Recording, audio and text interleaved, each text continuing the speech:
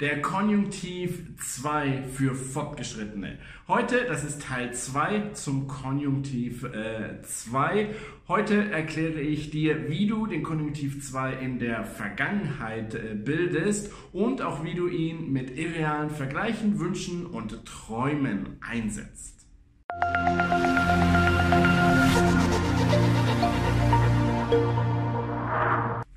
Hallo, mein Name ist Jan und ich bin dein Lehrer hier auf Easy Deutsch, dem Kanal für deutsche Grammatik. Heute geht es wieder um den Konjunktiv 2. Gestern habe ich dir schon die Grundlagen zum Konjunktiv 2 beigebracht. Wenn du nach denen suchst, da habe ich dir hier Teil 1 von diesem Video nochmal in den Infokarten verlinkt. Aber ansonsten soll es heute um die fortgeschrittene Verwendung und die Bildung in der Vergangenheit gehen. Und damit du hier richtig verstehen kannst, wann du diesen Konjunktiv 2 anwenden musst, dafür schauen wir uns als erstes jetzt mal den Unterschied zwischen dem Indikativ und dem Konjunktiv 2 an. Der Indikativ beschreibt die reale Welt. Also zum Beispiel, ich bin ein Millionär. Das sind Dinge, die wirklich passieren. Wenn du das so sagst, dann ist das ein Fakt, der wahr sein sollte. Im Konjunktiv 2 beschreibst du die irreale Welt. Also diese Welt existiert nicht, es sind Wünsche und Träume. Ich wäre so gern ein Millionär. Ich denke, hier siehst du den Unterschied. Wenn du das sagst, dann bist du wirklich ein Millionär. Du hast mindestens eine 1 mit 6 Nullen dahinter auf dem Konto. Und bei diesem Satz, dann ist das ein Wunsch, ein Traum. Du hast nicht so viel Geld. Das ist der Unterschied.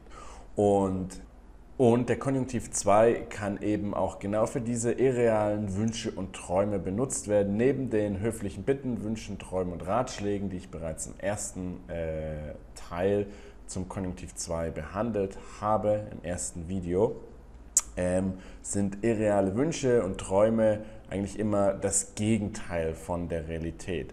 Du erkennst sie häufig, weil sie zusammen mit den Ausdrücken bloß, doch oder nur gesagt werden, wie zum Beispiel, ach, wenn ich nur nicht zu dick werde. Bedeutet, ich werde nicht von heute auf morgen schlank, das ist irreal und dementsprechend Konjunktiv 2. Hier ist es wirklich ein irrealer Wunsch, denn die Realität ist scheinbar, dass ich wirklich dick bin, wenn ich das sage. Ach, wenn ich doch keinen Alkohol getrunken hätte. Das ist ein Wunsch, etwas in der Vergangenheit zu ändern. Das ist definitiv irreal, denn die Vergangenheit kannst du nicht mehr ändern und dementsprechend musst du hier auch den Konjunktiv 2 nehmen, denn du denkst an gestern, wenn du heute zum Beispiel einen Kater hast, dein Kopf dir wehtut und dann sagst du, ach, hätte ich gestern doch nur keinen Alkohol getrunken oder wenn ich doch keinen Alkohol getrunken hätte. Das ist nicht real und dementsprechend Konjunktiv 2. Genauso bei irrealen Bedingungen. Das sind Dinge, die wahrscheinlich nie passieren werden. Auch wenn ich reich wäre, würde ich den Ring nicht kaufen. Bedeutet, ich bin nicht reich, deswegen ist es irreal, also nicht Realität und deswegen musst du hier den Konjunktiv 2 benutzen. Und wenn du mehr Sport gemacht hättest, wärst du nicht so dick. Auch hier, die Vergangenheit kannst du nicht ändern, deswegen ist es irreal und du musst Konjunktiv 2 benutzen. Irreale Vergleiche.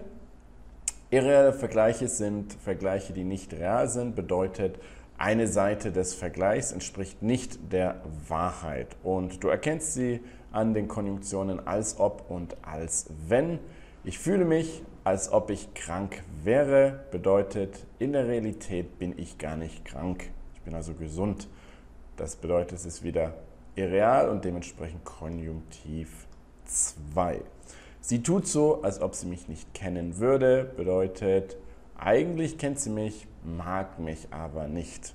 Dementsprechend Konjunktiv 2. Und das zur Benutzung des Konjunktiv 2, also für alles, was immer irgendwie ein Wunsch, ein Traum oder eben nicht real ist. Und im anderen Video haben wir bereits die Bildung in der Gegenwart besprochen.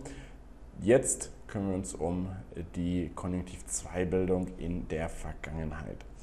Als erstes musst du das Verb ins Perfekt setzen. Ich habe das Spiel gesehen. Und das Hilfsverb, das setzt du dann in seine Konjunktiv-2-Form. Also das Hilfsverb haben wird zu ich hätte das Spiel gesehen. Das Partizip Perfekt, das bleibt komplett gleich und verändert sich nicht. Hier noch ein paar Beispiele. Ich hätte das Geschirr abgewaschen, wenn ich Zeit gehabt hätte. Du wärst nicht zu spät gekommen, wenn du eher aufgestanden wärst. Du hättest die Prüfung bestanden, wenn du mehr gelernt hättest. Es gibt hier keinen Unterschied zwischen Perfekt, Plusquamperfekt oder Präteritum. Es gibt nur diese eine Form mit dem Perfekt und dann das Hilfsverb in die Konjunktiv 2 Form. Schauen wir uns jetzt noch die Wortstellung an, denn hier musst du ein bisschen aufpassen. Als erstes, wenn der Hauptsatz vor dem Nebensatz steht, dann ist alles ganz normal. Du setzt das Verb, das was konjugiert wird, an die zweite Stelle im Hauptsatz und im Nebensatz ganz ans Ende, wie immer. Aber wenn es andersrum steht, dann gibt es zwei Optionen. Also Nebensatz vor dem Hauptsatz. Die erste Variante, ganz normal. Wenn du viel Geld hättest, würde sie dich heiraten. Hier mit der Konjunktion wenn, die schickt das Verb ans Ende. Und es gibt aber auch die Variante mit dem Konjunktiv 2 Verb ganz am Anfang und dann ohne Konjunktion.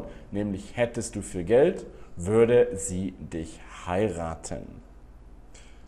Das Ganze funktioniert nur, wenn der Nebensatz vor dem Hauptsatz steht.